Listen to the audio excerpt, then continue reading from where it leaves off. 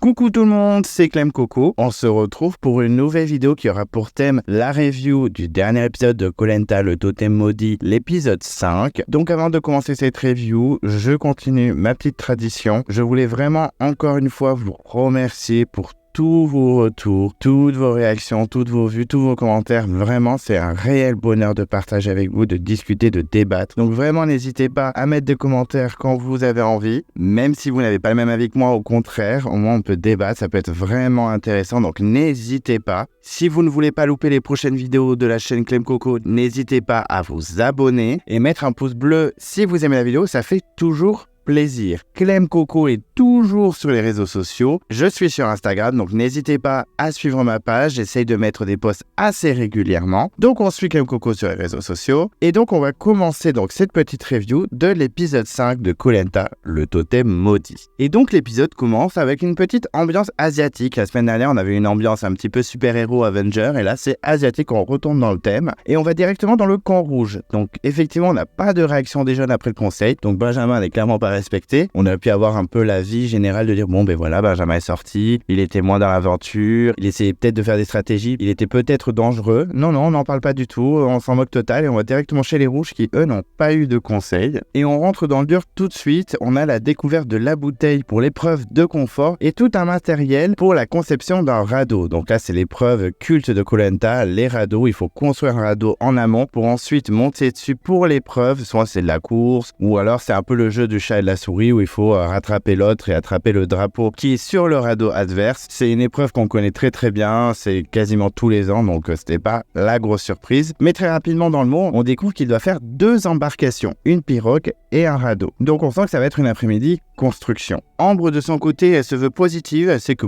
tout le monde a déjà fait de la barque ou du radeau dans sa vie au moins une fois, donc tout le monde sait à peu près comment faire, enfin c'est ce qu'elle croit au début, on verra que dans l'épreuve, pas du tout en fait. On comprend vite que François veut prendre le lead, clairement, il se dit que ça y est c'est son moment, c'est une épreuve qu'il a toujours voulu faire, donc là il est au taquet, il prend le lead clairement, même si François n'est pas le chef d'équipe vu que c'est Louana chez les rouges, on sent quand même qu'il a cette âme de leader, qui veut absolument prendre les rênes, et donc il raconte qu'il a déjà ramé pas mal dans sa jeunesse, donc j'ai trouvé ça très drôle la phrase j'ai pas mal ramé dans ma jeunesse. Ramer pourquoi avec un bateau ou en général? Donc c'est vrai que cette phrase était rigolo, sortie de son contexte. Donc pour retourner sur l'histoire des bateaux, voilà, il connaît déjà un petit peu l'univers, il a certaines bases, c'est pas un pro non plus, mais il a certaines bases, donc il est assez confiant. Jean-Charles de son côté, lui, il dit qu'il connaît absolument rien, mais qu'il aurait pas fait comme François. Voilà, on sent que c'est un petit peu compliqué quand même l'ambiance, que c'est un peu le bazar, tout le monde donne un peu son avis. Mais bon, comme Jean-Charles dit qu'il n'y connaît rien, il part sur le flotteur un peu à la tahitienne, donc clairement, il se laisse un peu guider, même si j'avoue que c'est vrai qu'au début, c'était un petit peu le bazar au niveau de la confection des 2 bateaux, mais bon,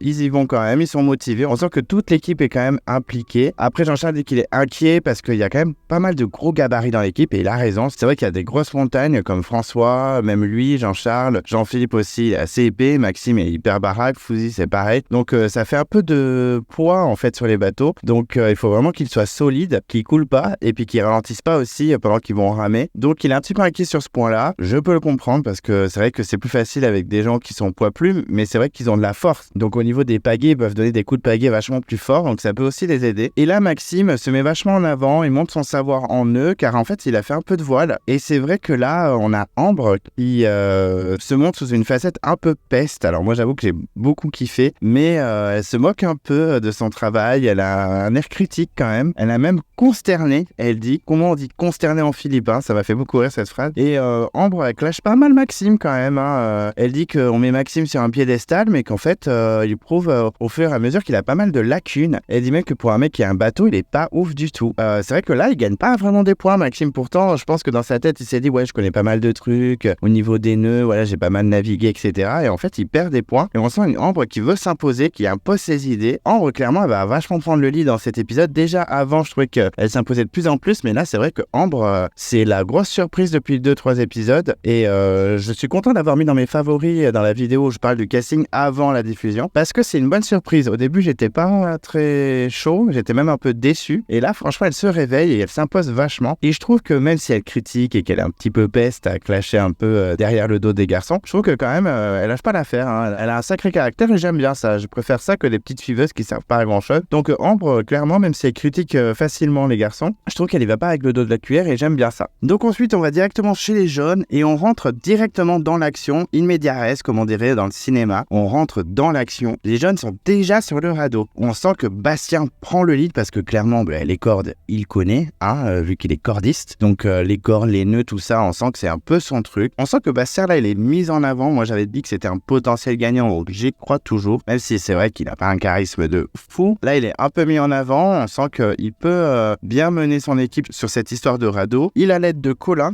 qui va être également pas mal mis en avant dans l'épisode. On apprend que personne n'a fait de pirogue et que c'est un peu la découverte, mais on sent vraiment que toute l'équipe est impliquée, que tout le monde veut donner un peu du sien pour que ça réussisse rapidement, que les deux bateaux soient bons et qu'ils gagnent l'épreuve. C'est clairement une tâche pour Bastien, hein. Donc là, clairement, il prend le lead. On sent que c'est un petit peu moins bordélique aussi que les rouges, que ça va un peu plus droit au but, que ça se disperse beaucoup moins. Nicolas aussi, on n'en parle pas trop de Nicolas parce qu'on parle que de Bastien et Colin, mais Nicolas aussi s'implique pas mal. Il aide les garçons, voilà, il est impliqué dans l'histoire. On sent quand même que Bastien et Colin gagnent énormément de points auprès de leur équipe. Tout le monde fait les éloges comme quoi ils ont pris les choses en main, qu'ils sont bons. Ça donne de bonnes positions. Et c'est vrai que Colin dit que malgré la bonne position que ça peut lui donner dans l'équipe, en mode je me bouge, je fais des choses, c'est aussi un vrai kiff. Il est content d'être là, il est vraiment au taquet. Donc ça fait plaisir de voir un candidat comme ça, vraiment impliqué dans l'aventure. Alors moi, c'est pas un candidat que je trouve attachant pour l'instant, je le trouve pas incroyable, Colin. Mais clairement, il est motivé, ça fait plaisir. On sait que voilà, il va pas lâcher comme ça et il est déterminé. On sent en tout cas qu'il y a une harmonie dans l'équipe et que tout le monde est sur la même longueur d'onde et qu'ils veulent avancer ensemble, main dans la main. Donc on sent une équipe plutôt soudée sur cette confection des bateaux.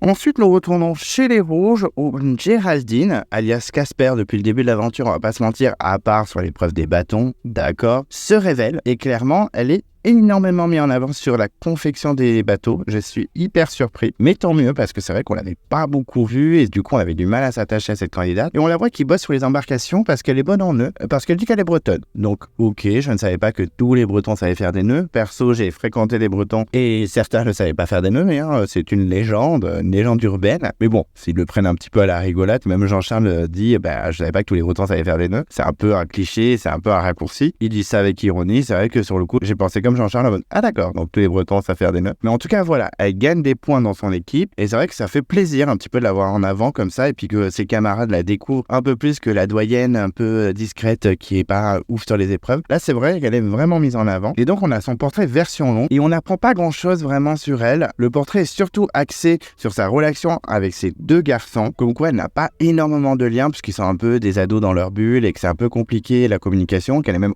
obligée de couper la Wi-Fi pour que ses enfants descendent manger. Donc c'est vrai que c'est un peu hardcore. Et c'est vrai que le fait qu'elle veut faire Koh Lanta pour prouver à ses enfants que c'est une super maman, qu'elle est super forte, c'est un peu dommage. Même si après, à la fin du portrait, on voit qu'elle veut le faire aussi pour elle. Voilà, faire Koh Lanta pour ses enfants, vous le savez, j'ai déjà dit plusieurs fois, je trouve ça un peu ridicule. Faut se prouver aussi surtout à soi-même. On fait l'aventure pour soi-même et pas pour prouver aux autres. Regardez, je sais faire des choses. Bon. C'est vrai que voilà, elle veut renouer le lien en partant de l'autre côté de la planète, pourquoi pas. Peut-être que ses fils la verront sous une facette différente, certes, mais voilà, ses motivations, je les trouve pas ouf, vraiment. Mais au moins, voilà, elle a une vraie motivation, même si c'est pas celle que j'apprécie le plus. Mais c'était pas un portrait non plus incroyable. On sent pas la guerrière dans ce portrait, ça transpire pas non plus la warrior. Mais au moins, voilà, on voit Géraldine, donc on retourne sur le camp. Le bazar semble un peu avoir disparu sur le camp au niveau de la confection des bateaux. On voit pas mal Géraldine, donc, qui parle de leur avancée, qui raconte un peu ce qu'elle fait sur les constructions. On a même Ambre qui est ravie de l'avoir comme ça. Elle dit « Je suis content de l'avoir dans mon équipe, je regrette pas du tout, elle est vraiment top et tout. » Et là, on a un François qui, de son côté, est un peu à bout. Il souffre vraiment de tout le travail qu'il a fourni. Il est même un peu surpris de la dureté du challenge. Et c'est vrai qu'on a souvent François un petit peu fatigué, souvent un petit peu à bout de l'aventure. C'est pas la première fois et c'est vrai que comme il a un gros physique, on va pas se mentir, c'est une montagne le mec, il a des muscles dans tous les sens. Je pense que c'est plus violent pour quelqu'un qui est un peu plus chétif. Donc vraiment, François, il souffre de la faim, de la dureté de l'aventure. Pour un gros guerrier comme lui, ça peut être surprenant, mais c'est vrai que les gros gabarits, souvent, ils prennent un peu plus cher. Et Jean-Philippe de son côté, lui, il espère que ça va marcher, que les bateaux ils vont bien flotter. Donc là, c'est le moment du test. Et quand tous les garçons se mettent à tester le bateau, on a Ambre qui continue dans son rôle de peste, mais moi que j'adore, hein, c'est vraiment pas une critique et j'aime beaucoup. Elle se moque clairement des garçons, elle dit même la phrase 4 gros lourds dans tous les sens du terme. Bon, c'est vrai que c'était un peu facile, mais moi j'ai trouvé ça très rigolo. Pour l'instant, ça reste bon enfant, donc ça va, c'est pas de la critique gratuite, méchante pour faire du mal, donc ça reste rigolo. Mais franchement, je trouve qu'elle s'impose, elle montre une nouvelle facette d'elle, comme quoi c'est une vraie personnalité, c'est une warrior, elle se fait pas marcher sur les pieds. Elle est bien cassante hein, quand même, elle a pas sa langue dans sa poche, mais franchement, j'aime beaucoup. Alors, je veux pas vous le cacher, moi de toute façon, j'aime bien les petites pestes, mais des nanas qui sont un peu comme ça, par exemple Angélique et Lola dans Les 4 Motards, je les aimais beaucoup, alors qu'elles étaient pas mal détestées. Moi je les aimais bien, au moins, voilà, elles ont pas la langue dans leur poche, elles disent ce qu'elles pensent, elles clashent, elles hésitent pas, et elles restent pas sur le côté à rien dire discrète et qui sert à rien. Donc je trouve que Ambre se révèle vraiment dans cet épisode. Et donc le bateau flotte, donc c'est top, l'équipe est plutôt contente. On a même Géraldine qui est assez fière d'elle et fière de son équipe. Et elle dit même qu'elle est très contente d'être dans son équipe, alors que clairement, bon, elle était quand même en danger hein, au conseil où Samira est sortie. Et je pense même qu'il y aura un conseil tout de suite, elle serait quand même dans les petits papiers des candidats, elle pourrait vite sortir quand même. Et voilà, elle est plutôt mise en avant, donc c'est plutôt cool pour Géraldine parce que c'était un peu Casper hein, depuis le début. Et là, c'est bon, la journée se termine et il se couche. Mais le lendemain chez les Rouges, c'est un peu le drama. Jean-Philippe a les pieds qui ont gonflé de ouf. On dirait Shrek, le mec quand même là. Il a peur d'être disqualifié, voilà, d'être un peu évacué pour raison médicale. Donc il est un peu en stress. C'est un peu, voilà, la douche froide un peu pour lui. Il est un peu en panique. On a même une petite blague de François qui est assez rigolote. Il compare ses pieds à des gros pains. Il l'appelle même pas gros dodu. Alors ça m'a tué. On va taper pas gros dodu. Je trouve ça très rigolo, non. Et là, il dit voilà, je voulais quand même faire Koh-Lanta pour ses enfants. Donc là, vraiment, ça continue à m'énerver. Ne faites pas Koh-Lanta pour vos enfants. Faites-le pour vous, vraiment. Mais bon, j'aime bien Jean-Philippe, donc je lui pardonne. Mais c'est vrai que parler de ses enfants, stop. Voilà, il dit que c'est compliqué, mais qu'il va prendre sur lui. Et on espère que quand même, ça va continuer pour lui parce que c'est vrai que ses pieds, c'est assez impressionnant quand même. Géraldine, de son côté, espère que ça va aller parce qu'elle croyait que c'était des pieds en plastique. Donc ça aussi, ça m'a tué. Elle dit mais c'est quoi ces pieds? J'ai cru que c'était en plastique. De son côté, François est quand même inquiet. Même s'il lui a donné un petit surnom rigolo, il est quand même inquiet parce qu'il veut pas le perdre, il veut pas qu'il soit évincé parce que déjà c'est son binôme depuis le début, il s'entend très très bien et puis surtout que voilà, sur les épreuves c'est quand même une petite perte. C'est vrai que bon, Jean-Philippe c'est pas non plus un warrior de la mort sur les épreuves, mais c'est quand même un bon élément, donc c'est vrai que ce serait dommage. Et puis ensuite toute l'équipe mange tranquillement en se boostant vraiment pour l'épreuve parce qu'ils sont quand même inquiets de récupérer le totem maudit et surtout sa malédiction. Donc clairement ils vont tout donner afin d'éviter ça. Clairement quand ils ont dit ça, j'ai dit c'est mort, ils vont perdre, ils vont s'appeler la malédiction. C'est vrai qu'au niveau des montages, des fois il y a vraiment pas trop de suspense, on se dit bon mais clairement c'est mort, les rouges vont perdre et la malédiction sera dans leur gueule. Donc maintenant c'est l'arrivée à l'épreuve de confort et c'est vrai que là les rouges découvrent que c'est Benjamin qui a été éliminé et on n'a aucune réaction. Vraiment tout le monde s'en moque, je pense que ça a été coupé au montage, on voit juste qu'ils disent ah c'est Benjamin qui est sorti. Et voilà, tout le monde s'en moque. Donc vraiment, Benjamin n'est pas respecté, alors que bon, c'était pas le candidat de la saison. C'est vrai que c'était un peu une déception au niveau stratégie. Mais voilà, c'était quand même une petite personnalité. Je trouve ça ultra hard de même pas dire « Oh, ouais, c'est Benjamin, c'est dommage ». Même pas une petite phrase. Non, non, tout est coupé au montage, ça dégage.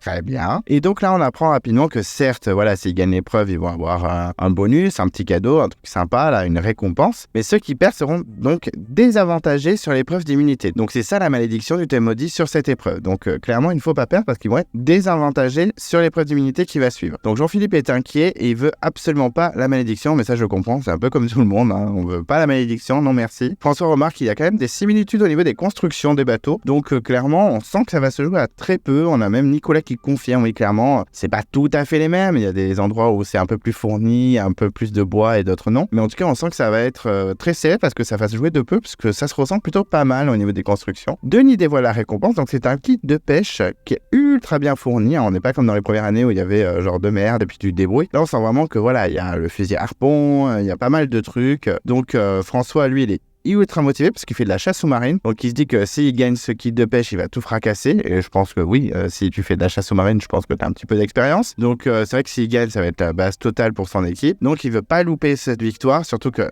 l'épreuve de radeau c'est son truc, enfin, c'est vraiment une épreuve qu'il voulait faire, et en plus la récompense c'est un peu pour lui, donc on sent que François est surmotivé, et Alexandra aussi qui se met en avant, je peux pas, Alexandra c'est physique, dès qu'elle parle elle m'agace un petit peu, et elle dit qu'elle a également un passif aussi dans la plongée sous-marine, dans la pêche, etc. via sa famille. Et donc, elle veut vraiment remporter le kit afin de nourrir son équipe. Et il y a également comme récompense un poisson par personne. Donc, vraiment, ça fait plaisir. Pas besoin de pêcher. Là, direct, tu l'as dans la bouche. Donc, ça fait vraiment plaisir. Et pour les quitter, il faut donc enlever un homme chez les rouges et une femme chez les jaunes. Et chez les rouges, ce sera Fouzi. Donc c'est un peu dommage parce que même s'il est lourd pour le bateau, il a quand même des gros bras, donc il aurait pu faire de belles prouesses sur l'épreuve. Et chez les jeunes, c'est Stéphanie qui ne participera pas. Donc c'est la deuxième fois pour Stéphanie. Mais bon, voilà, on se dit que c'est pas très grave, c'est pas non plus un gros élément sur les épreuves. Est-ce qu'elle est vraiment indispensable? Je ne suis pas sûr. En tout cas, sur les épreuves, elle n'est pas indispensable. Et donc l'épreuve va être composée de 2 manches. Donc une première course-poursuite qui se déroulera en rond. Donc ça, c'est une épreuve qu'on connaît déjà un petit peu avec la pirogue. Il y aura 4 rameurs, 2 hommes et 2 femmes. Et la deuxième course-poursuite, ce sera en radeau. Et là aussi, il faut 4 personnes, 2 hommes, 2 femmes. En cas d'égalité, si par exemple chaque équipe marque 1 point à une course-poursuite, et bien il y aura une finale. Et il ne faut pas oublier de bien brandir le drapeau qui est sur l'arrière du radeau. Et donc la première course-poursuite commence et ce sera en pirogue. Et chez les rouges, on a Maxime, Géraldine, Louana et François. Et chez les jeunes, c'est Yannick, Nicolas, Olga et Seta. Et donc ça commence très mal pour les jeunes qui se trompent totalement de côté. Donc il doit faire limite demi-tour, c'est le gros bordel clairement, ils perdent un temps incroyable. Du coup les rouges ils en profitent, ils filent tout droit vers les jaunes, ils tracent, ils se motivent encore plus, c'est vachement galvanisant du coup de voir les gens galérer et que nous sommes vraiment à 2 pas de la victoire. Et les jeunes patinent vraiment, ils se font même engueuler par les camarades qui sont sur le ponton en disant mais vous faites n'importe quoi, enfin c'est le gros bazar. Alors que les rouges eux ils ont la rage, ils font vraiment vers les jeunes pour les terminer et réussir à atteindre la victoire. On sent que les jeunes limite ils ont lâché l'affaire, vraiment c'est vraiment pas terrible, c'était assez pitoyable et très rapidement sans surprise Maxime chope le drapeau jaune et c'est le premier point pour les rouges qui commencent très bien cette épreuve. Franchement c'était assez catastrophique pour les jeunes, ça faisait vraiment pitié, je suis désolé pour les 4 qui ont galéré mais vraiment très mauvais départ qui les a complètement perdus. Ensuite la deuxième étape c'est en radeau et chez les rouges on a Jean-Philippe, Pauline, Jean-Charles et Ambre et chez les jaunes on a Alexandra, Bastien, Anne-Sophie et Colin. Et cette fois les jeunes ne se trompent pas du tout et ils foncent tranquillement, le radeau avance bien et ils prennent même l'avantage. Chez les rouges, on sent que c'est un peu plus compliqué. Bastien est efficace chez les jaunes. Voilà, il est clairement le capitaine du radeau. Ils sont vachement plus performants que les rouges. On sent que Bastien prend le lead. Il dit même à Alexandra, non mais là c'est moi qui parle. On sent vraiment que Bastien c'est son élément. Il lâche pas, il veut amener son équipe à la victoire. Et puis les rouges galèrent pas mal dans le virage, mais ils lâchent pas. On sent que les jeunes avancent quand même un peu plus vite, qu'ils sont vraiment leaders de cette étape. Les équipes restent solidaires entre eux, ils se soutiennent. Et puis Jean-Charles prend les commandes, mais de son côté il rame pas. C'est-à-dire qu'il dit allez on pagaie, mais il fait rien en fait. On a l'impression qu'il essaie de bloquer l'eau avec la pagaie. Alors, je pense que c'est un système qu'il avait dans sa tête. Je ne sais pas, mais ça commence à vraiment agacer ses camarades qui sont sur le ponton et qui l'engueulent, clairement. Et même Ambre qui lui hurle dessus en mode mais pagaie, je vais péter un câble. J'ai trouvé ça à ce moment un peu épique.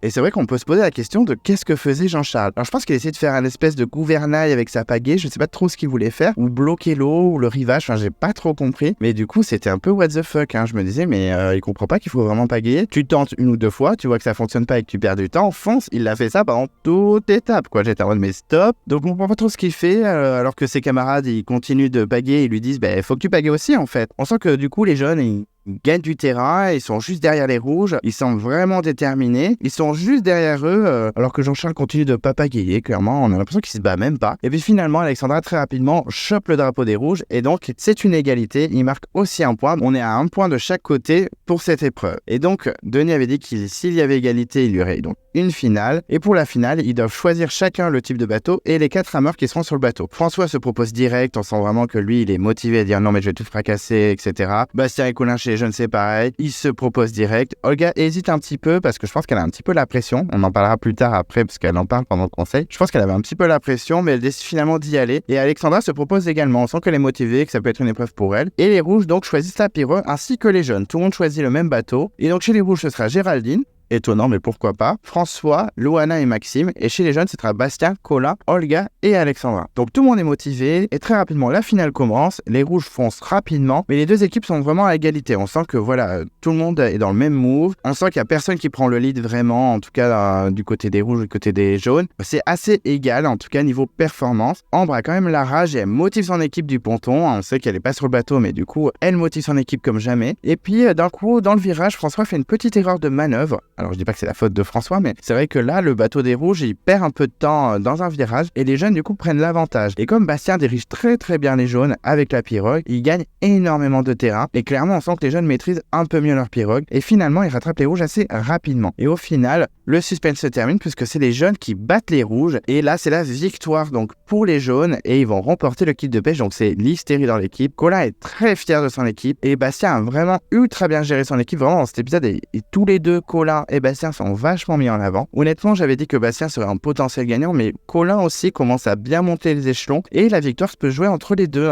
Pour moi, c'est les deux favoris à la victoire finale. Donc vraiment ultra bien mis en avant cet épisode. Du côté des rouges, François est ultra déçu. Il est ultra frustré de cette défaite, clairement. Voilà, c'était son épreuve, il voulait trop la faire et puis le kit de pêche, c'était clairement pour lui. Donc il est très très frustré. Et donc il se tape en plus la malédiction. Donc il va avoir un désavantage dans l'épreuve d'immunité. Et c'est un peu la déception chez les rouges. Colin, Bastien et Alexandra sont invités à récupérer le kit de pêche et même pas Olga. Alors qu'elle était quand même sur le bateau avec les trois autres. Mais d'accord, j'ai dit sympa pour Olga, ça fait plaisir. Genre elle a servi à rien. Mais donc voilà, ils récupèrent le kit de pêche et ils retournent tous sur leur camp. On retourne chez les jaunes, victorieux. Ils sont impatients de manger leur poisson. Surtout Colin qui est hystérique. Vraiment, on a vu pas mal Colin dans cet épisode par rapport au début de l'aventure. Et donc ils vont manger sur leur table puisque effectivement la semaine dernière leur épreuve de confort c'était du mobilier avec plein de choses pour avoir un confort maximum et c'est vrai qu'ils ont eu une table. En tout cas ils l'ont construite peut-être, je ne sais plus s'ils l'ont eu comme ça ou s'ils l'ont construite mais je pense qu'ils l'ont construite quand même. Et donc ils vont se faire un petit festin tranquillement en train de manger leur poisson. On sent que tout le monde est affamé, ils se jettent tout sur le poisson. Tous les poissons se font dévorer entièrement. Colin dit clairement qu'il va manger la tête.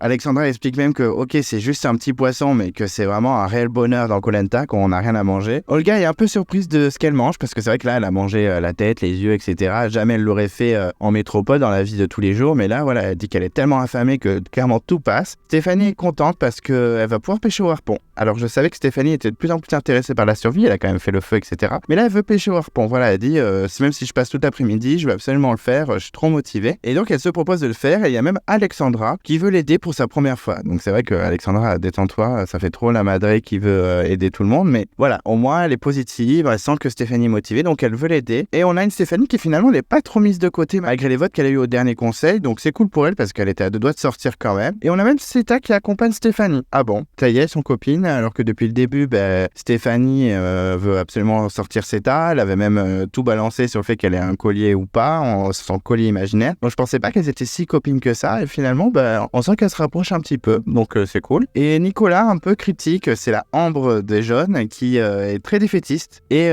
qui dit clairement on veut rien pêcher, donc pas très gentil Nicolas, même si on sait qu'il n'apprécie pas beaucoup Stéphanie. C'est un petit peu perfide de sa part, mais moi ça me dérange pas, moi ça me fait toujours rire un petit peu quand il y a des petites piques, des petites phrases un peu pestes, donc j'ai trouvé ça rigolo, mais bon, pas super court pour Stéphanie. Bastien également n'est pas très convaincu, on sent que les garçons sont pas très optimistes sur les filles, ce qui est un peu dommage, ça va s'avérer vrai, malheureusement pour les filles, mais c'est vrai que voilà, on sent qu'elles sont pas trop soutenues. Bon, on va dire que c'est les Ambres de chez les jaunes, voilà, ils ont été un petit peu mauvais, c'était un peu facile. Clairement, est-ce que j'aurais pas fait pareil qu'eux, j'aurais pas clashé en disant mais genre les deux meufs perdues elles vont réussir à pêcher un poisson. Mais j'avoue que j'aurais bien aimé que Stéphanie et Seta calment les garçons en mode si bam je l'ai pêché, qu'est-ce qu'il y a en fait. Mais ce sera pas le cas, c'est vraiment dommage. Ils attendent quand même de voir. Et puis là on a un petit moment de survie avec Stéphanie, c'est plutôt sympa. C'est pas forcément des plans que j'adore et qui me fascinent, mais ça fait plaisir un peu aussi de découvrir le paysage, la mer, c'est un peu pour ça aussi, le but c'est de s'évader également, même si c'est pas ce que je préfère le plus clairement, mais c'est plutôt sympa. Elle est plutôt émerveillée par ce qu'elle voit, même si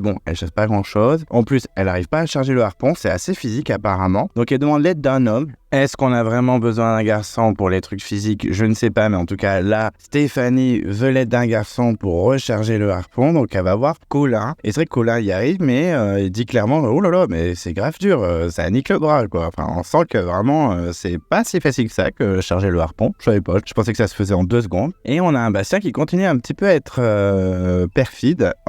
Il se moque clairement des filles en disant que Stéphanie va planter Seta. Et on a même Colin qui dit moi je la mangerais bien, mais bon, il y a pas de gras, donc déjà c'est pas mal, mais c'est vrai qu'il n'y a pas énormément à manger dessus. Clairement, il se moque ouvertement des filles. Bon, pourquoi pas, Ambre, ça me fait rigoler, donc pourquoi pas eux aussi. Et on remarque que oui, finalement, ils avaient raison, les filles reviennent bredouilles, donc malheureusement, les garçons avaient raison. Désolé les filles, j'aurais bien aimé vous pêcher quelque chose, mais non, elles ne pêchent rien. On retourne chez les rouges qui digèrent très mal la défaite, voilà, c'est assez amer pour eux. Ambre dit que moralement, c'est très compliqué. Luana trouve ça rude déjà de perdre et puis aussi de ne pas manger derrière. Et même Pauline qui a du mal à accepter. On sent vraiment que l'ambiance chez les rouges, c'est pas comme chez les jeunes. Il y a une ambiance négative, ils sont affamés, ils sont épuisés, ils enchaînent les défaites. Enfin, ils enchaînent les défaites, ils ont quand même gagné l'immunité juste avant, mais c'est vrai que bon là, ils gagnent aucun confort, et ils sont affamés, ils ont aucune ressource. Il y a même Luana qui fait un coup de gueule et qui parle clairement de l'épreuve. Elle fait un coup de gueule, surtout au niveau de la direction. Et là, on se retrouve en plein milieu du procès de Jean-Charles, clairement. Bon, ça m'a fait un peu de peine, Miskin. Je me suis dit, oh, le pauvre, putain, c'est un peu violent, même si c'est un peu sa faute, on va pas se mentir. Mais tout le monde explique voilà, qu'il a fait de la merde, clairement. Et Jean-Charles valide. C'est vrai qu'il est tellement gentil, il peut pas dire mais non, il essaie de trouver des subterfuges pour s'en sortir de cette situation très compliquée. Non, il dit non, mais c'est vrai, je valide, c'était pas ouf, j'ai fait de la merde. Et il culpabilise clairement. Putain, il me fait tellement de peine, Jean-Charles. Ok, il a voté contre Samira. Clairement, je lui en veux encore. Mais franchement, il est trop choupi, il me fait trop de peine, ça me fait trop du mal pour lui. Même si c'est vrai qu'il a pas été ouf et qu'il a fait n'importe quoi. Clairement, on n'a pas compris. C'est vrai que même s'il avait un système dans sa tête, il aurait dû lâcher l'affaire. Quand il voit que ça marche pas, il lâche l'affaire. Mais bon, on a Ambre qui tente de le rassurer, voilà, il dit non, mais c'est aussi toute l'équipe, voilà. Mais on sent que l'ambiance s'est tendue et surtout, Jean-Charles est un petit peu en danger finalement au conseil. Lui qui avait plutôt une bonne position dans son équipe, on sent que, en fait, tout peut arriver dans Koh Lanta et la moindre erreur, ça peut être fatal, quoi. Jean-Philippe, lui, de son côté, est vraiment inquiet pour ses pieds, car ça a vraiment encore plus gonflé. Donc là, tout le monde s'inquiète, toute l'équipe. Ils en rigolent un petit peu en mode « Ah, pour les poteaux, ça va être parfait, tu vas être ancré, ça va être génial. » Voilà, on sent qu'il a un petit peu de soutien et que les gens essayent de passer ça à la rigolade. Mais bon, il est tellement inquiet que, voilà, il préfère appeler le médecin. Donc Jean-Philippe appelle le médecin pour expliquer la situation. On a Fouzi qui est clairement inquiet qu'il y ait d'abandon, parce que s'il abandonne, mais du coup, il récupère Benjamin. Donc, c'est vrai que c'est pas faux. Donc, le médecin débarque et pour sa santé, il décide de l'embarquer pour faire des examens. Donc, ça sent pas très beau pour Jean-Philippe, hein, clairement. Mais ça veut rien dire, hein. Jean-Charles était parti également pour sa coupure, il était revenu en mode « Hello, c'est bon ». Mais voilà, pour sa santé, il s'en va. Donc, Jean-Philippe annonce à ses camarades qu'il va faire des examens. Géraldine dit clairement que c'est la journée des catastrophes. Entre le fait qu'ils aient rien à manger, la défaite, ils perdent le kit de pêche, ils ont la malédiction, et là, il y a Jean-Philippe qui s'en va. Donc, ils soutiennent Jean-Philippe pour son départ. On sent que l'équipe, ils sont pas très chanceux depuis le début, et que l'ambiance est vraiment dans les chaussettes. C'est vraiment catastrophique pour les rouges, rien ne va. Et chez les jeunes, on a Colin qui trouve un bébé scorpion, mais vraiment minuscule. J'étais choqué par la taille, je savais pas que ça existait aussi petits des scorpions. Je savais qu'il y avait des scorpions plus ou moins grands, mais là, c'est vraiment minuscule. Anne-Sophie, elle est en panique. Moi, elle me fait mourir de rire, Anne-Sophie, quand elle est face à des animaux. On se souvient du serpent fluo, elle était en détresse. Et vraiment, Anne-Sophie, là, on sent qu'elle est un petit peu en panique. Moi, c'est une candidate qui me séduisait pas du tout dans les portraits. Et là, vraiment, je l'aime beaucoup, cette Anne-Sophie. Je la trouve vraiment attachante, elle est rigolote. Voilà, je l'aime bien. J'aime beaucoup Anne-Sophie. Et c'est vrai que ça fait beaucoup rire quand elle est en face des bébêtes de la jungle. Elle est un peu en panique. Je trouve ça très attachant, très rigolo. Et après, on a un petit spectacle de chauves-souris. Ils disent que c'est des bébés chauves-souris. Est-ce que c'est vraiment des bébés chauves-souris? Je ne sais pas. Mais c'est un beau spectacle. Il y a les candidats qui sont émerveillés. C'est vrai que ça doit être très sympa. Et puis la nuit tombe, ils pensent qu'ils vont se coucher tranquillement et en fait ils se retrouvent en fait dans un scolopendre énorme. Il y en a même un qui le prend pour un serpent. On a Seta qui est en panique, mais Colin le coupe en deux très rapidement, donc ils sont ravis parce qu'apparemment une piqûre de scolopendre c'est vénère, hein. Comme dit Alexandra, apparemment on a la migraine après, c'est un enfer. Donc vraiment c'était la journée des animaux chez les jeunes. Voilà, c'était un petit peu la famille de la jungle, quoi. Elisa et Darwin qui découvrent tous les animaux de la jungle. Le lendemain ensuite, le lever du soleil chez les rouges et ça continue la malédiction puisqu'ils n'ont plus de feu.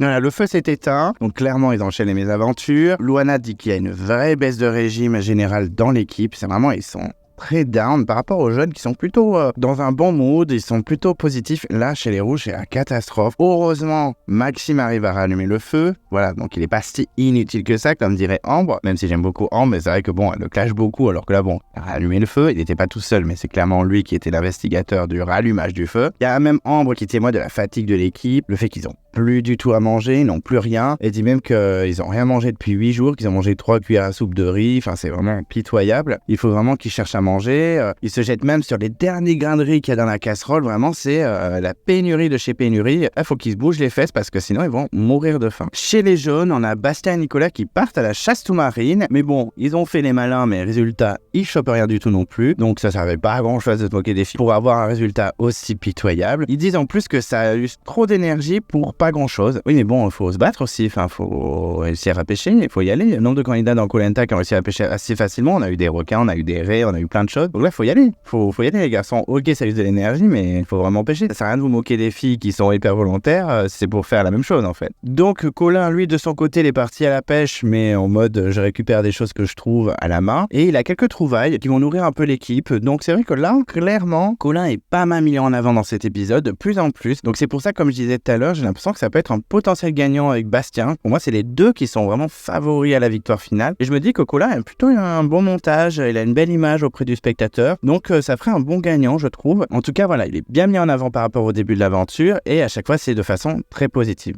Chez les rouges, eux, ils partent à la pêche et François rumine sur le kit de pêche. Vraiment, il a vraiment en travers, il a du mal à s'en remettre. Et je peux comprendre parce que voilà, c'était son truc, il voulait vraiment l'avoir et tout. Il l'a pas eu, c'est vraiment dommage. Ambre continue de parler de la fin de l'équipe, que c'est vraiment catastrophique. Ils sont à bout, ils ont quasiment rien. En plus, ils récoltent quelques trucs, mais c'est vraiment 3 mini crevettes microscopiques et un crabe tout petit, un crabe nain. Donc elle dit, il faudrait 200 crevettes comme ça pour faire un apéro respectable. Donc c'est vraiment la dèche. Et puis quand même, les rouges restent raisonnables et gardent le rythme pour les épreuves. Ils se disent on va pas se jeter dessus, on va les garder vraiment juste avant les épreuves pour être en forme, parce que vraiment après ça va être un cercle vicieux, ils vont être affaiblis, donc nuls sur les épreuves et ils vont continuer à perdre. Donc vraiment il faut être stratégique dans les choix de nourriture, à quel moment, etc. Mais ça les empêche pas de continuer aussi à chercher le manioc. On a François, Maxime et même Fouzi qui cherchent éperdument, mais François est vraiment épuisé. Une fois de plus on met François épuisé en avant, la fatigue de François. Vraiment ça doit être vraiment compliqué pour lui pour qu'il en parle autant. Et toute l'équipe aussi sont vraiment épuisés, mais c'est vrai que c'est François qui lui mis en avant que les autres et on sent que tout le monde est à bout. Et pour le repas, c'est un espèce de bouillon d'eau de mer. Enfin, c'est vraiment pas très ragoûtant, c'est vraiment pas ouf. C'est pas top du tout. On a même Ambre qui est très inquiet de se retrouver donc dans le cercle vicieux dont je parlais. Que vraiment, s'ils mangent pas beaucoup, ils vont être nuls sur les épreuves. Du coup, ils vont perdre l'épreuve de confort et pas avoir de confort. Et ça va s'enchaîner les défaites. Et ils vont être dans une tornade infernale. Et elle découvre un moment aussi son reflet au fond de la casserole. Et elle est choquée. Et là, toutes les filles veulent voir leur visage, à quoi elles ressemblent. Luana aussi est sous le choc devant son visage. On dirait la femme de Tarzan, c'est n'importe quoi. Même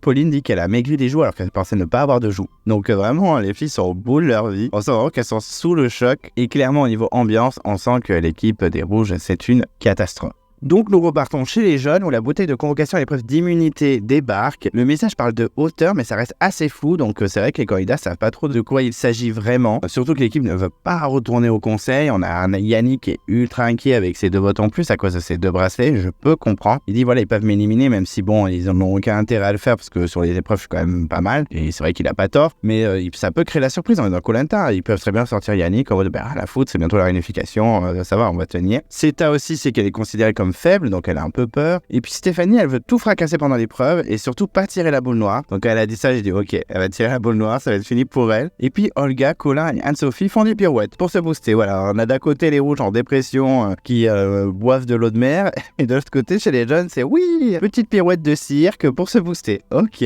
2 salles, 2 ambiances, clairement. Et donc c'est l'épreuve d'immunité et les jeunes découvrent que Jean-Philippe n'est pas là et qu'il ne revient pas encore. Et là, je me suis dit, ok, on est en mode Koh-Lanta Johor, où ils ont bien attendu que Jeff se fasse éliminer au conseil pour déclarer Corinne inapte à continuer l'aventure pour que Jeff revienne. Également aussi dans les 4 terres, où ils ont bien attendu que Diane se fasse trahir par Estelle au conseil pour déclarer que Samuel ne reviendrait pas afin de refaire revenir Diane au lieu de Carole, par exemple, qui était moins intéressante. Là, je pense que la prod attend le conseil suivant pour refaire revenir un candidat assez intéressant que plutôt Benjamin, qui même s'il était un petit peu rigolo, tout ça, stratège, tout ce que vous voulez, il n'a pas été ouf du tout. Il a été assez décevant. Quel intérêt de refaire venir ce candidat? En plus, il avait l'air au bout de sa vie. On peut même suspecter un abandon, donc clairement, ça sert à rien de faire revenir Benjamin. Donc je pense clairement que la production attend le conseil pour déclarer Jean-Philippe inapte à continuer l'aventure pour faire revenir le ou la candidat qui va se faire éliminer au conseil suivant, qui va être un peu plus intéressant. Donc, pour moi, Jean-Philippe ne reviendra pas. C'est terminé. On a une Samuel des 4 terres ou une Corinne de Johor, clairement. Ils attendent vraiment le conseil suivant. Donc, pas de surprise pour moi. Je pense que Jean-Philippe, c'est terminé pour lui avec ses pieds de Shrek. Et donc, pour l'équité, il faut qu'une fille jeune ne participe pas à l'épreuve. Et c'est à nouveau Stéphanie. Et là, Stéphanie pète un câble. Elle fait carrément un discours en mode « Mais moi, je suis pas venue pour regarder Koh-Lanta, je vais péter un câble et tout ». On sent qu'elle est grave énerve, mais je pense que pour l'équipe, c'est pas plus mal que Stéphanie tire la boule noire tout le temps, même si c'est frustrant pour elle parce qu'elle peut pas vivre à fond l'aventure. Mais là, je me dis, finalement, c'est pas plus mal, c'est l'une des plus faibles, donc je pense que l'équipe ne s'en sortira pas si mal sans elle. Et donc, on apprend pour l'épreuve qu'ils doivent créer un espèce de puzzle avec des bandes de tissu, mais ils doivent d'abord aller chercher en mer afin de pouvoir la créer. Donc, clairement, il y a une équipe de nageurs qui vont défaire l'espèce de plateforme sur l'eau où il y a toutes les nasses où les bouts de tissu sont dedans. Et on a 3 autres qui vont tracter grâce à une espèce de roue reliée à une corde la plateforme sur la mer pour la ramener sur le rivage. Et ensuite, les 2 derniers candidats de l'équipe qui seront en hauteur pour former le puzzle, guidés par tous les autres membres de l'équipe. Donc c'est une épreuve qu'on a déjà vue dans Survivor par exemple, et que peut-être Koh-Lanta ils l'ont fait sous d'autres formes. En tout cas, voilà, c'est pas non plus une épreuve incroyable. C'est sympa parce qu'il y a de la mer, de la terre et de la logique, mais c'est vrai que c'est encore de la logique au final. Je sais que certains d'entre vous détestent que ça finisse par la logique parce que du coup les étapes physiques deviennent caduques parce que la logique efface un petit peu les performances d'avant. Mais bon voilà, c'est comme ça depuis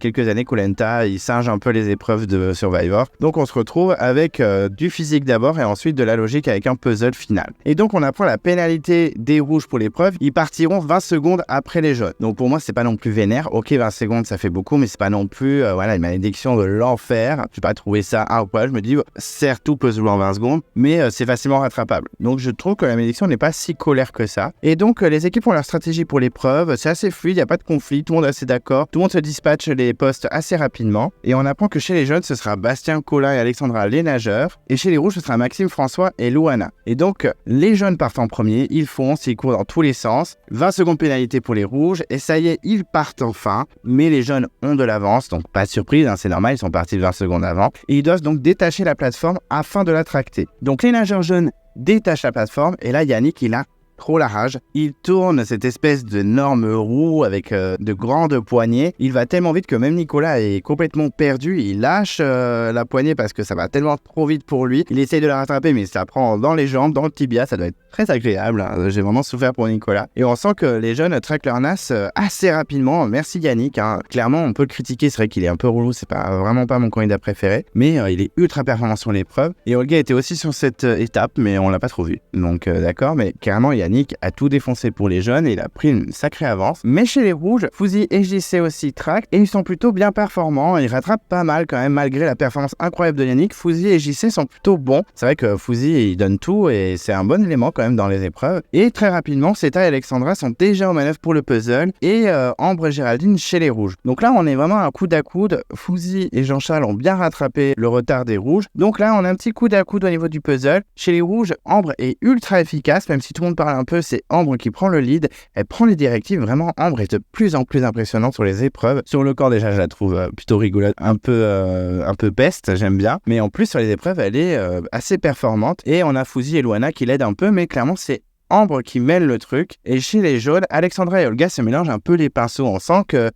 Olga veut s'imposer, mais c'est un peu compliqué pour elle parce qu'Alexandra, voilà, c'est une leader et vraiment, c'est difficile pour Olga de s'imposer. Mais voilà, elles sont vraiment pas loin. Même chez les jeunes, on a carrément le dessin qui est fait, sauf qu'on a un bout de tissu qui est mal placé, donc il y a juste à décaler. On sent que les jeunes peuvent gagner, mais de l'autre côté, chez les rouges, ils donnent vraiment tout. Et vraiment, ils sont pas loin non plus, donc c'est vraiment pas grand-chose à quelques secondes. Et finalement, c'est les rouges qui remportent l'épreuve, un petit peu à ma surprise, parce que je me suis dit, les jeunes, ils ont juste à changer un bout de tissu, ça va être très compliqué. Et finalement, non, c'est les rouges qui remportent l'épreuve et c'est l'explosion de joie. Je pense qu'ils en avaient vraiment besoin. Ils avaient tellement le moral dans les chaussettes que là vraiment c'est l'explosion, ça leur fait du bien, ça leur fait un bien fou, même s'ils ne vont pas manger plus que ça, mais au moins ils n'iront pas au conseil. Et donc Ambre est vraiment contente, elle est fière d'elle, elle est fière de son équipe, elle est fière de sa prestation, car c'est vraiment au moment du puzzle qu'ils ont tout cartonné. Même si Fouzi a fait une belle performance sur le tractage, il part même de la saveur de la victoire vu qu'ils avaient une pénalité. Donc vraiment les rouges sont au taquet, ils sont très contents. Et pour les jeunes, c'est un peu la soupe à la grimace, ils étaient en avance sur toutes les étapes, mais le puzzle a été fatal et on a même Olga qui explique que c'est un peu de sa faute. Voilà, elle a voulu s'imposer, mais elle n'a pas trop osé. Que voilà, elle a eu un peu trop de pression, elle a eu trop de stress, elle savait plus trop quoi faire. Donc j'ai un peu peur pour elle au conseil. Elle n'était pas forcément dans les noms menacés la semaine dernière, mais là, son nom peut sortir. Une seule erreur sur une épreuve et ça peut être fatal. Donc j'étais un peu inquiet pour elle, je vous l'avoue. Et donc on retourne chez les jaunes, on ne reverra pas les rouges jusqu'à la fin de l'épisode, c'est un peu dommage, à chaque fois on les voit très très peu. Je sais plus qui m'a dit ça dans les commentaires et c'est vrai que cette personne a raison. Elle m'a dit mais c'est vrai qu'on retourne jamais chez les candidats qui ont gagné. C'est un peu dommage quand on voit un peu leur victoire, leur soulagement. Non, là on voit que les jeunes parce qu'il va y avoir beaucoup de tractations, beaucoup de stratégies, de suppositions, de discussions. On a Stéphanie qui se sent vraiment en danger après le dernier conseil, voilà c'était chaud pour elle, a été égalité avec Benjamin, ça s'est joué sur la boule blanche, boule noire. Et on apprend qu'Alexandra va voter Stéphanie car elle pense que si elle sort, ça va pas affaiblir l'équipe. Je pense qu'elle a un petit peu raison, même si j'aime pas trop Alexandra et que j'aime beaucoup Stéphanie. Je pense qu'Alexandra a raison, si j'ai mis Stéphanie, ça va pas trop changer, clairement. Mais du coup, Stéphanie dit qu'elle va chercher à manger, mais Olga n'est pas naïve. Elle comprend très bien qu'elle va pas du tout chercher à manger, qu'elle va chercher le collier. Elle le balance même à Colin, et clairement, ils veulent un peu la coincer, essayer de la suivre tout le temps pour pas qu'elle trouve. On sent que tout le monde, d'un coup, cherche le collier. Il y a pas que Stéphanie, clairement, tout le monde cherche. Même Olga qui demande carrément à Stéphanie, tu cherches le collier? Stéphanie, ouais, clairement.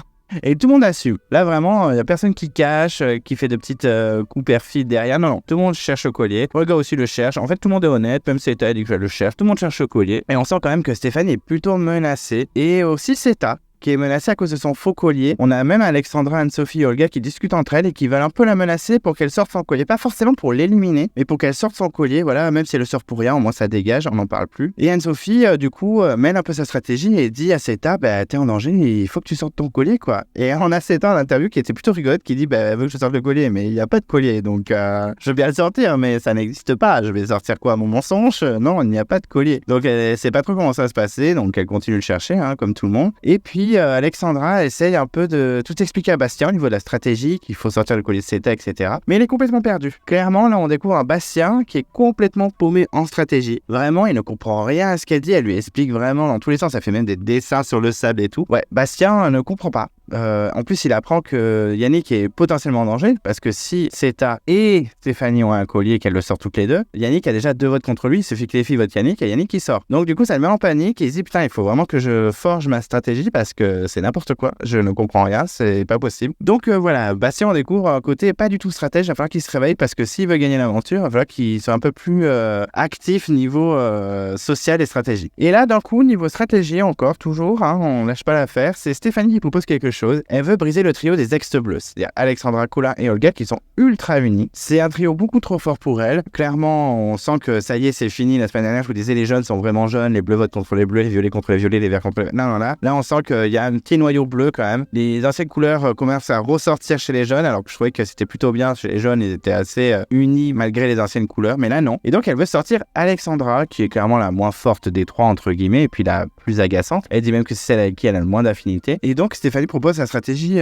aux autres candidats, comme Yannick, Anne-Sophie, Nicolas, tous, sauf les bleus du coup, et peut-être Bastien aussi, je pense qu'il est pas dans la stratégie parce qu'il s'entend plutôt bien avec certains bleus. Et c'est vrai que j'étais surpris qu'elle demande à Nicolas, étant donné que Nicolas elle la supporte pas, mais Yannick essaie de convaincre Nicolas que clairement, ok, on vote pas contre eux parce que sportivement ils sont bons, mais une fois qu'ils vont retrouver les autres bleus, ils vont être majorité bleue, ils vont tous nous sortir, je vous le dis direct, et Yannick en première. Et donc Seta, elle de son côté est plutôt séduite par cette idée, elle se dit ça peut peut-être marcher. Stéphanie et Seta donc essayent de convaincre Anne-Sophie de voter Alexandra, surtout que elle la démonte un peu sportivement, Stéphanie, pour exprès convaincre Anne-Sophie de la dégager. Parce qu'elle dit non mais c'est bon, Alexandra elle dit qu'elle sait faire ça, c'est pas parce qu'elle dit qu'elle sait faire qu'elle fait, elle est pas non plus incroyable. Et donc je suis assez d'accord avec Stéphanie, Alexandra n'est pas non plus une aventurière incroyable. La semaine dernière ils ont perdu un peu à cause d'elle. Enfin moi je suis assez d'accord avec Stéphanie, Alexandra un peu surcotée sur le camp, donc s'ils pouvaient la sortir, moi ça ne me dérangerait pas du tout. Et Anne-Sophie clairement elle hésite entre la stratégie sur le long terme et le sport sur le court terme. C'est un peu dommage. Moi qui aimais bien Anne-Sophie, qui l'a trouvé assez réfléchie sur la vision du jeu, je trouve que là elle a pas une très bonne vision. Là elle se dit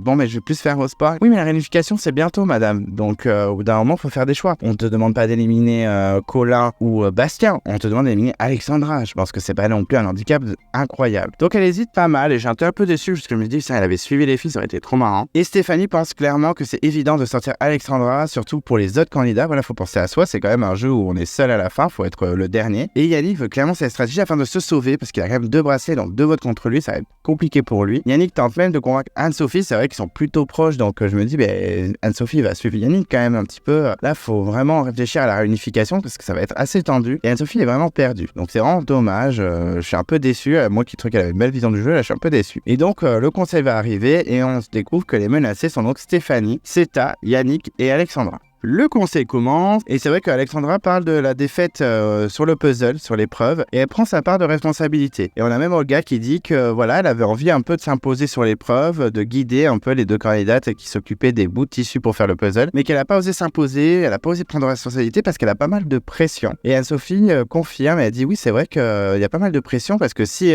on fait perdre son équipe, on peut se faire éliminer au conseil et c'est compliqué quoi. Et Olga parle même des réactions de certains, et elle vise Yannick. Elle dit même que Yannick lui fait peur. Elle est assez émue quand elle en parle. Elle dit qu'elle essaie de garder la tête haute, mais que c'est compliqué, qu'elle a énormément de pression par Yannick. On a Yannick qui est très surpris. Et c'est vrai que j'ai vu pas mal de réactions sur les réseaux sociaux qui disent que Olga est raciste. Alors je vais pas ouvrir de débat et je vais pas défendre Olga parce que je l'adore et clasher Yannick parce que je l'aime moyen. Enfin, je m'en fous un peu de Yannick, c'est pas le problème. Mais c'est vrai que Olga, je ne pense pas du tout qu'elle soit raciste. Je comprends pas pourquoi les gens osent dire ça. Je pense qu'elle a aucun problème avec la couleur de peau de Yannick. Faut arrêter arrêter d'ouvrir des débats où il n'y en a pas. Je pense juste qu'Olga a peur de l'attitude de Yannick. Il serait blanc, bleu, jaune, violet, ce serait pareil en fait. Je trouve que c'est un débat ridicule. De toute façon, à chaque fois qu'on peut placer le mot racisme dans une situation, on le place. Je trouve que c'est assez gratuit. C'est pas forcément parce qu'il est noir. Je ne comprends pas pourquoi le débat s'ouvre. Mais en tout cas, voilà, je voulais juste faire cette petite parenthèse sur les réseaux sociaux. Je trouve ça ridicule. Non, je ne pense pas qu'Olga est raciste. Je pense juste que Yannick lui met trop la pression et que ça la stresse. C'est tout. Elle a juste témoigné, même quand Yannick a commencé à s'énerver. Elle a dit non, mais je te le dis juste comme ça, pas la peine de t'énerver. Et là, c'est vrai qu'on a un clash entre les deux. Il le prend super mal. Il s'élève sur Olga et Olga a clairement dit vu ta réaction, tu continues à me faire peur en fait. Tu mets la pression partout sur les épreuves. Moi, je suis en panique. Et c'est vrai qu'Yannick est assez déçu de la prendre maintenant au conseil et qu'il y a vraiment un manque de communication. Et ça, je suis assez d'accord avec Yannick. C'est vrai qu'Olga aurait dû le prendre à part en disant voilà, pas que je te trouve désagréable, mais c'est vrai que tu mets vachement de pression et moi, j'ai peur sur les épreuves que tu m'embrouilles ou tu m'engueules parce que je suis pas assez performante pour toi. Je suis assez d'accord avec Yannick. Elle aurait dû en parler avant. Et Nicolas confirme qu'il veut que les gens parlent et qu'on arrête de rien dire. Il compare la situation à un bouton qui devient une rougeole. Il a un peu raison. Si on laisse la situation s'enfler, ça va éclater et ça va devenir le bordel. Et Colin de son côté trouve que l'équipe est plutôt bien quand même, malgré toutes ces histoires, qu'il n'y a qu'une seule couleur et qui s'entend bien. Et là, à cette phrase, Stéphanie réagit. Et elle dit qu'elle croit pas du tout ce que dit Colin, qu'il y a quand même un trio des ex-bleus bien fort, bien soudé, qui a dit que c'est super pour eux, mais que c'est compliqué au niveau stratégie pour la suite. Et on a un petit clash entre Colin et Stéphanie qui disent mais par contre je le prends pas mal, c'était juste une remarque. Et on a un petit conflit entre les deux, clairement c'est tendu ce conseil entre Yannick vs Olga et Colin vs Stéphanie. On sent que c'est assez tendu malgré tout. On sentait qu'il y avait une bonne énergie, une bonne dynamique dans le groupe, mais pas tant que ça finalement. Et donc c'est le moment du vote. Anne-Sophie vote Zeta, je pense que c'était au cas où s'il y a des colis qui sortent par protection. Stéphanie vote Alexandra pour casser le trio. Alexandra vote Yannick, je me d'accord, mais pourquoi tu votes Yannick? Donc je pense que c'est aussi au cas où s'il y a des colliers de la part de Zeta et Stéphanie. Et Yannick vote Olga, donc ça on sent vraiment que c'est un vote à chaud quoi. Là il est trop colère contre elle, donc il le met direct son nom. C'est dommage parce que du coup zéro stratégie. Ils avaient dit ouais super on va voter contre Alexandra pour casser le trio bleu. Finalement ils votent Olga, donc je trouve que c'est un peu n'importe quoi. Tu aurais dû relativiser et voter Alexandra et plus tard peut-être voter Olga, mais Alexandra là c'est un peu dommage qu'ils votent pas contre elle parce que c'était la stratégie de Stéphanie. Et on découvre que dans les peu de votes qui sont dévoilés, on a 0 vote Stéphanie. Donc j'avoue qu'à ce moment-là, je trouve qu'il n'y avait pas énormément de suspense. Je me suis dit bon Stéphanie va vite sortir, mais finalement peut-être pas. Denis demande s'il y a un collier, il n'y a pas de collier, c'est pas surprenant, personne n'en a trouvé à part François qui est chez les rouges. Et c'est le dépouillement. Et donc on a quelques voix pour Yannick, donc c'est 2 votes qu'il a mis, plus le vote d'Alexandra, donc voilà, ça fait 3 voix contre Yannick. On a un vote Olga, un vote Alexandra, un vote Zeta. C'est vrai qu'Alexandra est assez surpris par le vote contre Olga et le vote contre elle. Et très rapidement, on découvre quand même que la majorité des votes, c'est-à-dire 5 votes, sont contre Stéphanie. Donc finalement, oui, il n'y avait pas énormément de suspense. Il y a juste au moment où on découvre les votes des candidats, on voit qu'il n'y a pas de Stéphanie, on se dit peut-être qu'elle a une chance, mais le suspense a été de courte durée. C'est donc Stéphanie qui est éliminée malheureusement. C'est un peu dommage parce que voilà, c'est une candidate que j'aimais bien. Je m'attendais à ce qu'elle fasse plus de stratégie et finalement, elle n'a pas eu le temps. C'est pour la compare souvent à Cindy, comme quoi, ouais, Cindy, elle fait des grosses stratèges,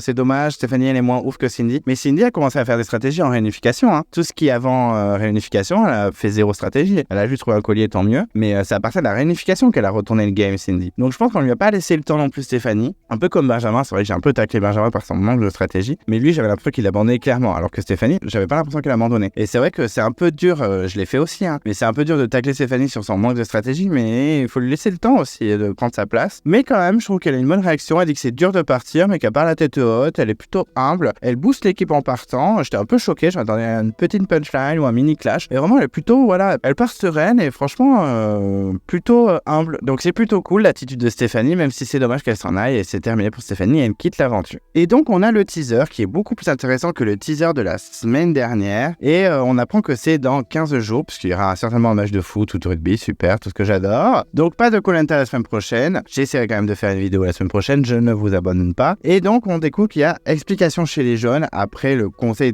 très tumultueux. Donc ça va être un petit peu rigolo, il va y avoir des petites explications, des petits clashs. On a aussi l'épreuve d'équilibre où il faut passer les heures sur les autres, là où c'est très body contact, clairement, c'est un mode très sexy, on va avoir des plans très sympas, les plans que la production adore mettre en avant. Et on a aussi une épreuve de puzzle à la verticale, donc un puzzle un petit peu vénère, on verra comment ça se passe, mais ça a l'air très compliqué. Et on apprend aussi que sur une épreuve, ils doivent prendre leur sac. Oulolo, qu'est-ce qui va se passer? Est-ce qu'il va y avoir un nouveau twist? On verra, mais en tout cas, ça m'a un peu plus donné envie que la semaine dernière, parce que le teaser de la semaine dernière dernière était vraiment pas ouf. Là, il y a plein de trucs sympas à regarder. Du coup, c'est dans 15 jours, donc je suis assez impatient. On a l'interview d'éliminer donc Stéphanie. Elle parle de sa stratégie qui n'a pas fonctionné. Elle est clairement déçue de ne pas avoir profité à fond du jeu, puisqu'elle a participé à très peu d'épreuves. Donc voilà, mais elle est plutôt, voilà, elle pleure pas, c'est pas le drame, mais par la tête haute. Et c'est cool pour elle quand même de pas partir avec trop de remords et surtout la haine totale comme certains candidats. Donc on découvre les votes que nous n'avons pas vus. Et c'est vrai que Olga vote Stéphanie, Nicolas vote Stéphanie, Bastien vote Stéphanie, Colin vote Stéphanie, Ceta vote Stéphanie. Elle dit quand même, c'est dommage parce qu'on commençait à bien s'entendre. C'est vrai que Ceta et Stéphanie commençaient à former un petit duo et c'était plutôt sympa. Mais là, voilà, ils ont tous voté Stéphanie, ils ont dit fuck à la stratégie de Stéphanie, c'est un peu dommage. Au niveau du bilan de l'épisode, écoutez, c'était un épisode plutôt sympa à suivre, mais pas non plus transcendant. C'était pas non plus incroyable, on va pas se mentir. Moi, l'épreuve de radeau, je déteste, donc clairement, je me suis un peu ennuyé pendant cette épreuve. L'autre épreuve était plus intéressante, mais comme je vous disais, c'est vrai que pas mal d'entre vous disent oui, c'est vrai que les épreuves de sport, du coup, perdent leur intérêt si on finit par un puzzle. Je suis assez d'accord, c'est vrai que c'est un peu dommage, mais en tout cas, voilà, elle était quand même sympa à suivre. Cette épreuve, c'était pas non plus incroyable, mais c'était sympa. Il y avait des petites histoires de stratégie, c'était aussi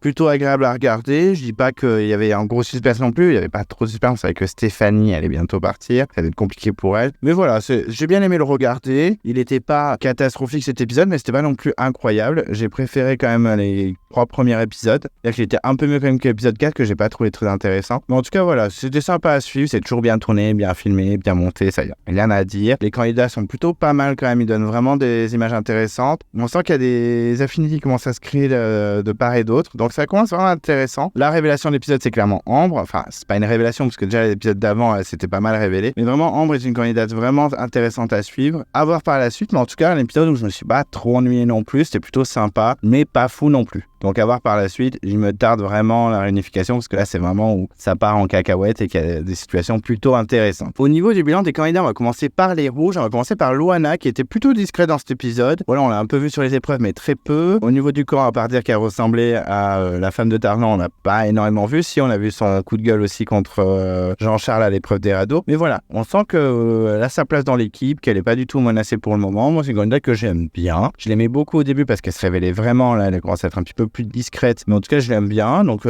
pas mal de positifs pour Loana. Je pense qu'elle va aller un petit peu loin, donc je crois en elle, surtout qu'ils sont pas mal dans serveur encore. Donc Loana, écoutez, je pense qu'elle va aller en réunification et qu'elle va faire son petit chemin. Bonne candidate, très intéressante à suivre et je suis impatient de la voir dans les prochains épisodes. Ensuite Pauline, toujours zéro intérêt, on la voit pas beaucoup à part dire qu'elle a perdu des joues, elle a pas fait grand chose. Moi elle m'intéresse pas du tout, je trouve qu'elle manque cruellement de charisme, même si elle a l'air bien placée dans son équipe puisqu'elle s'entend bien avec les filles et en plus c'est une ancienne verte, donc clairement ça va aller pour elle. C'est un prochain conseil, je pense pas qu'elle sera trop menacée malgré son bracelet. Mais voilà, c'est pas une candidate que je trouve passionnante, elle m'intéresse pas du tout. Je la déteste pas, mais je la trouve pas intéressante du tout. À voir par là-dessus, mais j'espère qu'elle va pas trop traîner, qu'elle va pas aller trop loin non plus. On verra bien. Ensuite, Géraldine, qui était un petit peu plus mise en avant que d'habitude. D'habitude, c'est le Casper, on la voit jamais. Là, elle était plutôt mise en avant, puis de façon assez positive. Donc, plutôt cool pour Géraldine.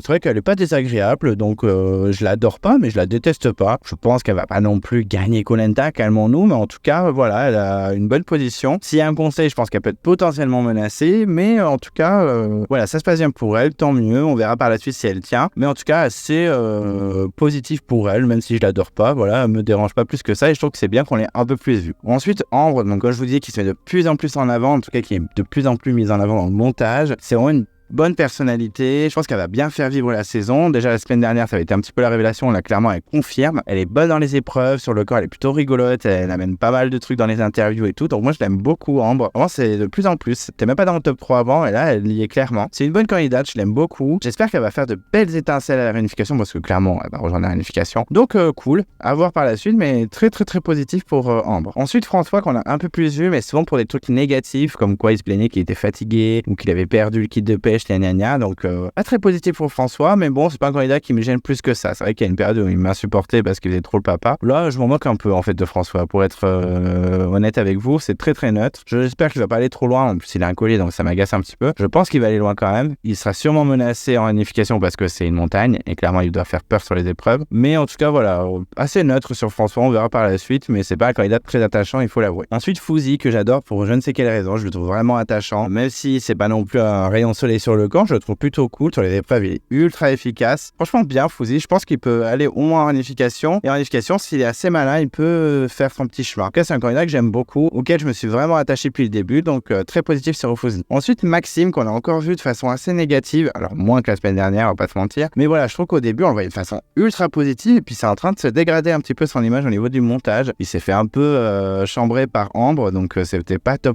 Voilà, sur les épreuves, il était bon, mais il n'a pas été mis en avant non plus de ouf. Donc, Maxime, en fait, je donne pas trop cher de sa peau. Je pense qu'en réunification, ça va être compliqué pour lui à voir par la suite. Mais moi, je l'aime bien. Voilà, il me dérange pas. J'avais un petit coup de cœur au début d'aventure. Là, c'est un peu en train de s'estomper. C'est pas non plus la folie. Donc, à voir par la suite. Je suis assez curieux quand même. Mais ça va être compliqué pour lui, je pense, à la réunification. Ensuite, Jean-Charles, c'était assez négatif cet épisode. C'est la première fois. D'habitude, il est plutôt bien mis en avant. Il est plutôt attachant, tout mignon, etc. Là, c'est un peu compliqué sur l'épreuve des radeaux. Il a été catastrophique et je pense que s'il y a eu conseil, il aurait été menacé. Ça se serait joué entre lui et Géraldine, je pense, parce que Pauline étant protégée par les danseurs verts, je pense que ça a été compliqué pour lui. Moi, je le trouve ultra attachant. J'adore quand il parle, il est tout doux, tout gentil. On verra par la suite s'il arrive à faire jouer son social pour grappiller des jours. Mais en tout cas, voilà, moi je l'aime bien, mais c'est vrai que c'était pas non plus son épisode et que c'était plutôt négatif pour lui. Ensuite, Jean-Philippe, alors je pense que ça va être compliqué pour lui par la suite parce que ses pieds de Shrek vont exploser et du coup, il va quitter l'aventure. Clairement, je pense qu'ils attendaient le conseil pour voir qui c'est qui allait sortir et vu que ce sera Stéphanie, je pense que Stéphanie va revenir. Il y a de grosses chances quand même. Et du coup, Jean-Philippe, c'est RIP. Moi qui l'aimais bien, je trouvais que c'était un bon candidat. Je le trouvais hyper attachant. Je sais pas pourquoi, c'était mon guilty pleasure, même s'il y en a plein qui le trouvent ultra agaçant. Moi, je l'aime bien, Jean-Philippe. Voilà, ça va me faire rendre un peu triste de le voir partir. Mais si Stéphanie revient, ça me dérange pas non plus. Donc voilà, mais Jean-Philippe, pas très bon épisode du coup, parce que je pense qu'il va quitter l'aventure malheureusement. Et ensuite, les jeunes, donc on a Colin qui est ultra mis en avant dans cet épisode. Je pense que ça peut être un potentiel gagnant avec Bastien. C'est les deux meilleurs candidats pour potentiellement gagner l'aventure. Bon, c'est plutôt positif, mais moi, j'arrive pas à m'attacher à lui. Je ne l'explique pas. Je le trouve surcoté. Je ne comprends pas pourquoi les gens sont hystériques. Je pense que c'est le candidat préféré des spectateurs. Moi, franchement, il m'intéresse pas plus que ça. Certes, il est fort, il est plutôt sympa, il est de plus en plus mis en avant, il est motivé, volontaire, tout ça. Mais je le trouve pas attachant. Donc, assez neutre. Pas, je le déteste, mais assez neutre. Je m'en moque un peu de Colin. Et je pense que oui, il va aller très très loin. Il y a des grandes chances. Et moi, pour moi, c'est un réel potentiel gagnant. Ensuite, Nicolas, que j'aimais pas du tout au début, qu'au fur et à mesure, j'aime bien. Il a son franc-parler. Clairement, il clash pas mal. Il se fout la gueule de pas mal de filles. Clairement, il n'y a pas de respect. Mais je sais pas, je l'aime bien. Il est plutôt bon mood. Je pense qu'il peut être rigolo par la suite. Il a l'air plutôt bien placé, jamais menacé. Donc, je pense que ça peut bien se passer pour lui. On verra bien par la suite. Bon, en tout cas, voilà. Plutôt positif. C'est pas mon préféré, on va pas se mentir, mais je l'aime bien, voilà, tranquille, quoi. Pour l'instant, il me dérange pas. Ensuite, Bastien, qui manque cruellement de charisme, on va pas se mentir, mais honnêtement, c'est quand même un bon candidat. Donc, comme Colin, je pense qu'il peut potentiellement aller très très loin dans le carré final, etc. Parce qu'il est plutôt apprécié, il est bon dans les épreuves, je pense qu'il a un bon social aussi. Donc, assez intéressant. Je pensais pas dire ça de Bastien, parce qu'au début, je le détestais, c'était physique, je pouvais pas le supporter. Et finalement, plutôt sympa. Franchement, ça va, il est bien placé dans son équipe, donc voilà, je pense qu'il peut aller très loin dans l'aventure. Donc Bastien, plutôt cool, ça va. Ensuite, Yannick. Alors Yannick, j'ai eu beaucoup de mal la semaine dernière avec lui, et ça se confirme un peu. C'était moins trash que la semaine dernière, il m'a moins agacé, mais vraiment, il fait trop le padré, il fait trop le patron. Quand le gars essaie de lui expliquer, il se vexe très vite. Je comprends pourquoi il se vexe, il aurait bien aimé l'apprendre avant le conseil, je comprends tout à fait, mais c'est vrai que voilà, réagir comme ça, s'énerver très vite, et puis voter direct le gars à chaud, je trouve ça un peu dommage. C'est la stratégie pas top de Yannick. Je pense qu'il va partir avant la réunification à cause de ces deux bracelets, puisque de toute façon je vous ai dit que selon mon théorie, il y a une île des bannis cachée, donc je pense qu'il serait sur cette île. Donc pour moi, il va virer assez rapidement, peut-être pas dans le prochain épisode, mais avant la réunification sûre. Je pense qu'il prend trop de place et qu'il fait rien sur le camp, du coup il agace ses camarades. La preuve, Alexandra a carrément voté Yannick, donc tout est possible en tout cas, mais moi vraiment c'est assez négatif, Yannick. Moi il m'agace beaucoup. Pourtant au début je trouvais que c'était une bonne surprise, il était plutôt cool, mais là son vrai caractère ressort en mode négatif, je râle, je clash, etc. Donc pas très intéressant pour l'instant, et puis il m'agace, donc pas très positif pour Yannick. Ensuite, Alexandra, qui est quand même la candidate que j'aime le moins de cette saison. Alors, pour être honnête, il n'y a aucun candidat que je déteste à mort. Il y a des saisons, il y a vraiment des candidats que je supportais pas, je voulais qu'ils sortent dans tous les sens et tout. Là, il n'y en a aucun vraiment où je me dis, non, mais il faut que ça sorte, j'en peux plus. Là, vraiment, Alexandra et Yannick sont les deux candidats que j'aime le moins, mais c'est pas non plus un enfer. J'ai connu pire dans Koh Lanta. Mais c'est vrai qu'Alexandra ouvre beaucoup sa bouche pour pas grand chose. Elle brasse beaucoup d'air, et je suis assez d'accord avec Stéphanie que, ouais, moi je sais faire ça, je sais faire ça. Ça veut pas dire qu'elle dit qu'elle sait faire ça, qu'elle sait vraiment le faire. Donc, je suis assez d'accord avec Stéphanie. Elle est pas très intéressante, je trouve, et vraiment, j'espère qu'elle va sortir assez rapidement. Puis le début, j'ai du mal, et ça se confirme d'épisode en épisode. Si elle pouvait rapidement sortir, ça m'arrange. Ensuite, Seta, qui fait son petit chemin, tranquillement. Jamais trop menacée non plus. À chaque fois, elle a un ou deux votes contre elle, ok, mais ça s'arrête là. Moi, je l'aime bien, Seta. Vraiment, je la trouve feel good, elle est toute mignonne. Elle fait son petit bout de chemin. Je pense qu'elle peut vraiment percer, hein, Seta. On la sous-estime. Elle passe toujours entre les mailles du filet. Elle a ses voix toujours contre elle, mais c'est très peu. Donc vraiment, je pense qu'elle peut avancer tranquillement. Je pense que socialement, elle est très bonne et surtout qu'elle trouve pas mal de trucs à manger. Donc, elle gagne des points. Et elle a l'air protégée en plus par Nicolas. Donc, clairement, Seta peut briller et peut surprendre. Moi, en tout cas, je la trouve très attachante et je soutiens à mort Seta. Ensuite, Olga, une candidate que j'aime beaucoup aussi. On l'a un peu plus vu dans cet épisode parce qu'elle était assez transparente depuis le début de l'aventure. Et là, bon, clairement, elle s'est glachée avec Annie et je pense qu'elle n'a pas gagné des points. Elle peut être menacée. Mais en tout cas, voilà, c'est une candidate que j'aime bien. Je la trouve plutôt attachante, rigolote. Je peux comprendre qu'on ne l'aime pas. Par contre, l'accuser de racisme, je trouve ça vraiment limite. Vraiment, les gens, ils mettent du racisme partout, à tous les étages. C'est insupportable. Mais en tout cas, voilà, c'est une candidate que j'aime bien. À voir par la suite. Mais en tout cas, je l'aime bien. Elle est potentiellement dans mon top 3. Ensuite, Anne-Sophie, que j'aime beaucoup de plus en plus. Je la trouve vraiment attachante. Vraiment. Mais par contre, sa stratégie est vraiment pas ouf. Je trouvais qu'elle avait une bonne vision du jeu au début d'aventure. Mais là, ça se dégrade. Enfin, vraiment, voter Seta au conseil alors que tu peux voter Alexandra et sortir une bleue pour casser le trio, ça aurait été vraiment malin. Elle l'a pas fait. Bon, vous me direz, c'est pas la seule à pas l'avoir fait et à ne pas avoir suivi la stratégie de Stéphanie. C'est vraiment dommage. Mais outre ça, je la trouve quand même plutôt attachante. J'espère qu'elle va se réveiller un petit peu en stratégie et être plus efficace. En tout cas, assez positif sur Anne-Sophie. Et pour finir, Stéphanie, la grande éliminée de l'épisode. Alors, je vous avoue que j'avais été un peu déçu par son manque de stratégie, mais comme je le disais, il fallait aussi lui laisser le temps. C'est vrai que Cindy, par exemple, a été stratège vraiment